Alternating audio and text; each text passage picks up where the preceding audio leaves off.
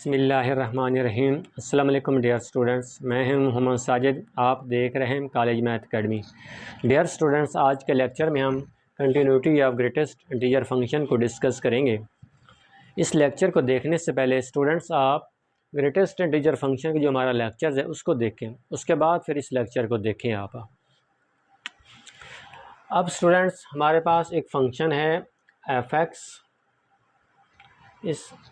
ये हमारे पास एक ग्रेटेस्ट इंटीजर फंक्शन है। इसकी हमने कंटिन्यूटी अगर चेक करना चाहते हैं x बराबर है a पर। सबसे पहले स्टूडेंट आपने इस फंक्शन को देखना है। अगर ये फंक्शन हमारा लीनियर फंक्शन है और इस पॉइंट पर ये जो फंक्शन हमारा है इसकी जो एग्जैक्ट वैल्यू है वो इंटीजर आ जाती है, तो फिर ये जो हमारा ग्रेटेस्ट इंटीजर फंक्शन होगा ये डिसकंटिन्यूस होगा। जब ये डिसकंटिन्यूस होगा तो फिर ये नॉन डिफरेंशिएबल भी होगा। जिस तरह अगर मैं ये पॉइंट इस फंक्शन के अंदर पुट कर देता हूँ एफ ऑफ ए, और जो एफ ऑफ ए का आंसर है, जो एफ ऑफ ए का आंसर अगर हमारे पास जो है वो आ जाता है इंटीजर, तो फिर ये हमारा ये फंक्शन है ये डिसकंटिन्यूस होगा और नॉन डिफरेंशिएबल होगा। सिर्फ इस सूरत में आप इस तरह चेक कर सकते हैं, अगर ये फंक्शन हमारा लीनियर हो उस तरह आप चेक, उसके लिए सिर्फ आप ये इस तरह से चेक कर सकते हैं।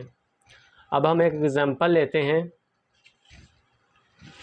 कि ये हमारे पास एक एग्जांपल है, हमारे पास एक ये ग्रेटेस्ट इंटीजर है, ये फंक्शन है हमारे पास एक।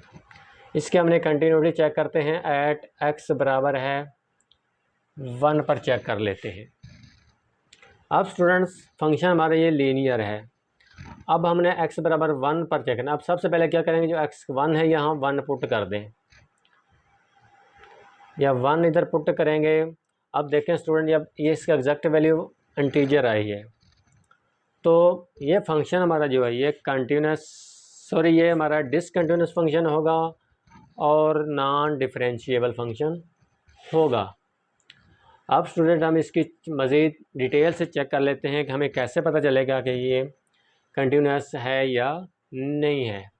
देखें स्टूडेंट्स, हम इसकी सबसे पहले एग्जैक्ट वैल्यू निकाल लेते हैं। इधर भी 1 पुट कर दिया। अब जो ग्रेटेस्ट इंटीजर फंक्शन है 1 का, वो हमारे पास 1 आएगा। अगर हमारे पास इस ब्रैकेट के अंदर अगर इंटीजर आएगा तो वही हमें आउटपुट मिलेगी। ये तो हमारे पास एग्जैक्ट वैल्यू इसकी आई है।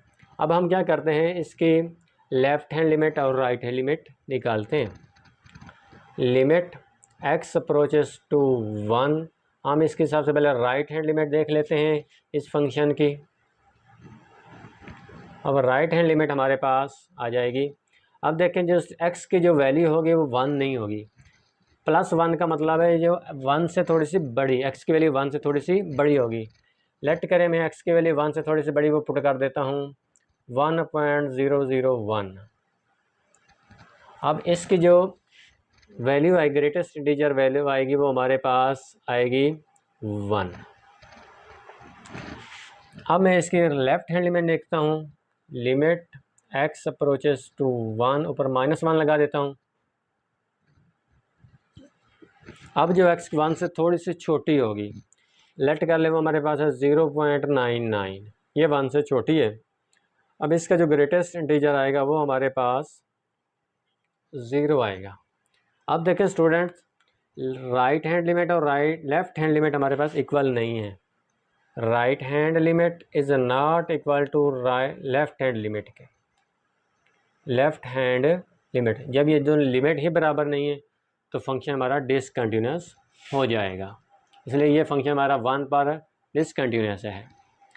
अगर आप इधर 0 लगा दें तब भी हमारा डिसकंटिन्यूस है, 2 लगाएं, 3 लगाएं, कुछ भी इधर आप लगा दें तो ये फंक्शन हमारा डिसकंटिन्यूस होगा और नॉन डिफरेंशिएबल होगा। जब क्योंकि अब जो भी कोई भी इंटीजर इसके अंदर रखेंगे तो इंटीजर ही हमें इस फंक्शन की वैल्यू आएगी। x की जो x फंक्शन इसकी सिर्फ हम देख रहे हैं 1 आएगी, इसलिए ये इंटीजर आ गया। जब इंटीजर आ जाएगा तो फंक्शन हमारा ये डिसकंटिन्यूस हो जाएगा। अब स्टूडेंट्स हम एक और एग्जांपल देख लेते हैं इसके लिए।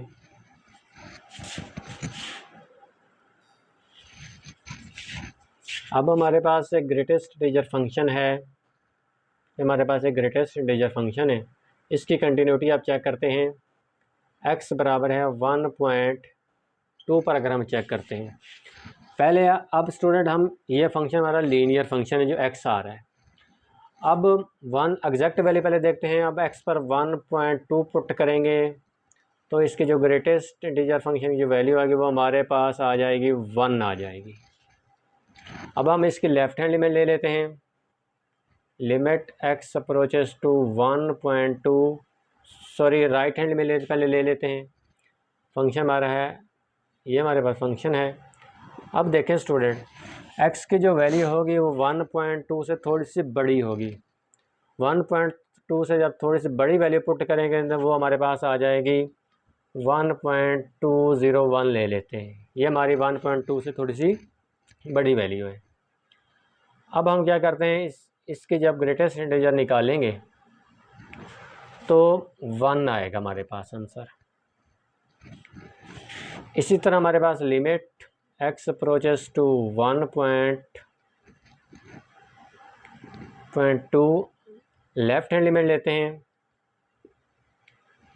अब लेफ़्ट हैंड लिमिट भी आ जाए, इससे जब छोड़ दो थोड़ी सी छोटी वैल्यू निकालें तो वो हमारे पास आ जाएगी तकरीबन इस तरह की 1.99, इस तरह की कोई वैल्यू होगी जो 1.2 से थोड़ी सी छोटी हो जाएगी। हमारे पास 1.19 कर लें इसको, तकरीबन ये इतनी वैल्यू हमारे पास होगी। अब इसके जो ग्रेटेस्ट इंटीजर के अब आएगी हमारे पास, इसकी वैल्यू भी 1 आएगी। अब हमारे देखें स्टूडेंट्स, लेफ़्ट हैंड लिमिट बराबर है राइट हैंड लिमिट के, और ये बराबर है हमारे पास एग्जैक्ट वैल्यू जो निकली थी। तीनों हमारे पास इक्वल आ गई हैं, इक्वल आ गई हमारे पास ये एग्जैक्ट वैल्यू हमारे पास, ये हमारे पास इसका भी 1 आ गया, एग्जैक्ट वैल्यू हमारे पास 1 है, इसका आंसर भी 1 है, इसका भी 1 है, और एग्जैक्ट वैल्यू भी हमारी 1 है। तीनों वैल्यूज़ हमारी इक्वल आ गई हैं, तो फंक्शन हमारा क्या बन जाएगा, ये हमारे पास कंटिन्यूस फंक्शन बन जाएगा। अब स्टूडेंट्स इस लेक्चर को हम ख़त्म करते हैं। नेक्स्ट लेक्चर में मज़ीद एग्जांपल्स को डिस्कस करते हैं हम। अल्लाह हाफिज़।